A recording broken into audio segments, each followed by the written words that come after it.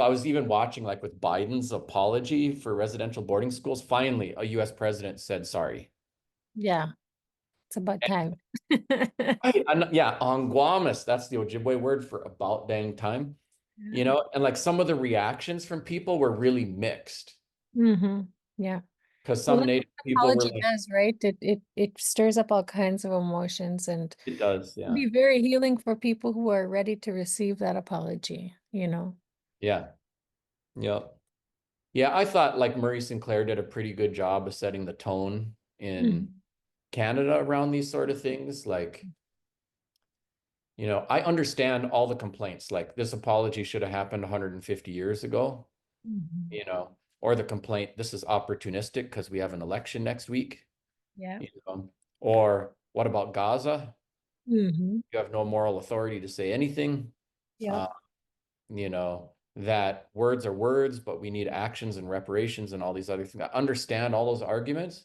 Hmm. But at the same time, if all we are is like spitting anger, Yeah.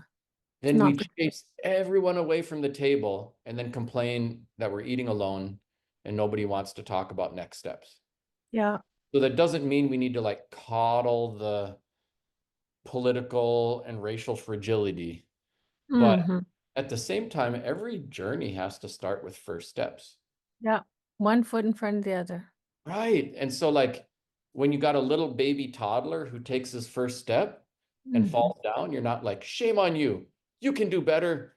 I'm not even going to look at you for the next year until you can show me good steps. No, you're like, good job, baby. First step, keep it coming. Try another one, you know. Hmm. And in a way, America is like an infant toddler. Mm. And some people are fighting against reconciliation. So when Yeah. somebody makes their first tentative, stumbling, bumbling step in that direction, I'm a little more like, come on, baby, good job. Just Yeah. don't Way stop to there. go. Take another one. Let's do another one. Let's go further. Now let's talk about what's next. I feel the same way. I led the creation of this anti-racism standard of practice in healthcare for Manitobans. Um, and most of the comments were pretty like the reception, I think, was mixed. Most people on board and some people very fearful, and other people were like just like anonymously opposed. Yeah. No, You for real, it's real. And it's They're just like, don't be understandable. racist. Yeah. Trying to accuse me of having like a left-wing political agenda and blah, blah, blah. No, I mean, people, it's like the war club they use to bludgeon everybody. It takes different iterations. Mhm. But like there's an impulse to disengage for everybody, right? So like for a lot of white folk, for example, around race, it's I'm so scared I'm going to offend somebody or I'm going to Mhm. expose an ignorance or somebody's going to verbally assault me for the sins of my ancestors. Mm. And so there's like leaning out. That can Mhm. take many forms. Some people are like, shut up, you don't know, and but they get a lot of airtime, but that's not even most of it. Most people are just like, oh, well, it's kind of scary. So I hope they figure it out. Maybe they could delegate that to Lisa because she seems nice. You know what I mean? Yeah. And so it's a disengagement. Yeah. But for a lot of other people, indigenous folks and other people of color, then it's different. It's like, so tired of explaining this again. Yeah. Yeah. I'm so tired having to be patient again. Yeah. How much patience do I really need to demonstrate while we don't get to live as long? Hmm. I'm so Exactly. ready for someone else to lean in. So it's like the disengagement is exhaustion Hmm. or frustration and anger. Or apathy, like a Yeah, giving. so you just, there are all kinds of things that are in the way. So I do think that's why it's important, like what kind of tone you set Hmm. so that you're not scaring everybody away or frustrating everybody away. Because if you move too fast, you're scaring away the white folk, and you move too slow, then the native folk are stomping off, frustrated with how slow it is. And so we all have to eat some discomfort to do something together. But that's what it's like if you're in a marriage or in a family and you love your kid or your spouse or whatever and you hurt them, you can't just say shut up. Yeah. You got to own it. And if it's popping up from something that happened 20 years ago, like I didn't realize this was causing so much injury still, but Mhm. I'm here with you now. What do you need?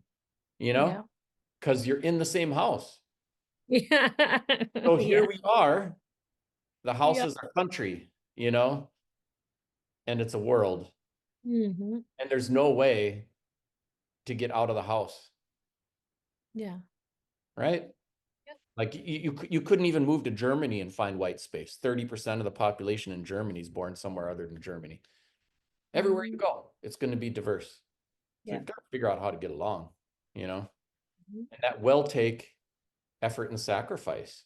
It's like maybe people feel like you're in an arranged marriage, but you are stuck in this marriage in this house. Mhm. We have to figure out how to get along. Yeah. You know, and so that's going to take effort. So, you know, I think for Native people too, like even with the Biden apology, it wasn't perfection. I mean, it certainly wasn't an act of eloquence, you know, but it was a first step, Yeah. you know, and so good job on the first step. And I think even making something change, like revolution or reform, some people are like, burn it down, man, revolution, need a new system, need something to change. This sucks, you know. Well, yeah, but just think about the revolutions throughout history. Like even a successful one, like the idea of communism, like the philosophical idea is from everybody according to their ability to everybody according to their need, which is not that bad of an idea. It's kind of how most humans live through most of their lives up Mhm. until the agricultural age. Everybody's out harvesting, food goes into common food cache, everybody gets what they need, nobody starves, nobody's homeless, whatever. But when you have like the Russian Revolution or the Chinese Revolution, afterwards, you have to build a new country. And the countries that got built, you have to build them out of the cultural building blocks from the former countries. So Russian communism wasn't that dang different from the czars. Mm. Lots of oligarchy, hierarchy, oppression. It did not fix the things that had people wanting to have a revolution over. It just changed the organization of the system. Some might say it was a little better, some might say it was worse. I'm not arguing that. I'm just saying you still have to build something next. Same thing in China or other places. You know, the American Revolution, well, you got rid of the evil British monarch, but you still had American oppressions, slavery, and all kinds of other things, right? So tearing down the old system alone doesn't fix it. You have to build the new system. Mm. And reform, which is like, we're going to tinker with this and fix that a little bit, it can go so slow that the oppressions of the system eat it all up. So there's no perfect approach, revolution or reform, but we do have to build what's coming next. And that's really where the greatest healing and redress of oppressions will happen. It's probably like not very satisfying for a lot of Native people. Like I do support reparations and I especially support restorative justice, but man, you could give every acre of land back to Native people and it will not fix all of our problems. That does not mean that we should not get the land back. Dang right we should, you know, but you could pay all of America's GDP in reparations to people who have been historically disadvantaged, and it will not fix all of the problems. That doesn't mean that we shouldn't make reparations. So the healing, like some things you just can't fix. You can't make it right. Like all the people who were killed in the Holocaust never got to have babies. The people who killed them dead, they might have to learn about it, but you're never going to fix what was wrong. You just have to address what went wrong. And you have to build something that's more fair, equitable, right and righteous and all that kind of stuff, you know. And that doesn't mean that it's easy. But restorative justice, to me, I think, you know, that can take many manifestations. Carl's from South Africa. They went through a big truth and reconciliation effort there. It was painful. There are still plenty of problems in South Africa, but there was at least an effort to, you know, say, without getting too caught up in the blame and shame game about all of the horrible things that were done, we are going to try to go forward into something new and different, you know. And I don't know, I like the Desmond Tutu book, The Book of Forgiving, had some amazing stories in there. You know, like there's this woman who created a peace institute with the men who had murdered her daughter. They worked together every day. I don't know if I could summon the grace for that myself, but it was pretty inspiring to think about what's possible. Well, that's true. Yeah, and also to add on to that, that's why when Nelson Mandela, like when he got out of prison, like he didn't had any hate. Like he wanted like people to get together and like kind of come to a point of where everybody can like agree and understand and live with each other. Even though you don't agree with everything, you can still live a life with each other. Right. Yeah. Yeah. Yeah. He had some really great frames. He's like, when I came walking out the door of that prison that would lead to my freedom, I knew that if I didn't leave my anger and hatred behind, I'd still be in prison. Yeah. That's exactly what he said. Yeah. And like saying it's one thing, consistently delivering on the actions around that are another, you know. Yeah. But that's the challenge. And, you know, I think I might have mentioned this before, like with so many things, getting healed, it's not a destination we get to, it's just something we practice at. And being happy isn't a place we get to, finish college, get married, have some kids. Now I'm at the happiness destination. It's just something we practice at, and you practice at every stage of the journey. And some days you have better days and some days you don't. But if you keep practicing at happiness, you become happier. And if you practice gratitude, you become more grateful. And you practice at healing, it does help heal you and the world around you. Yeah.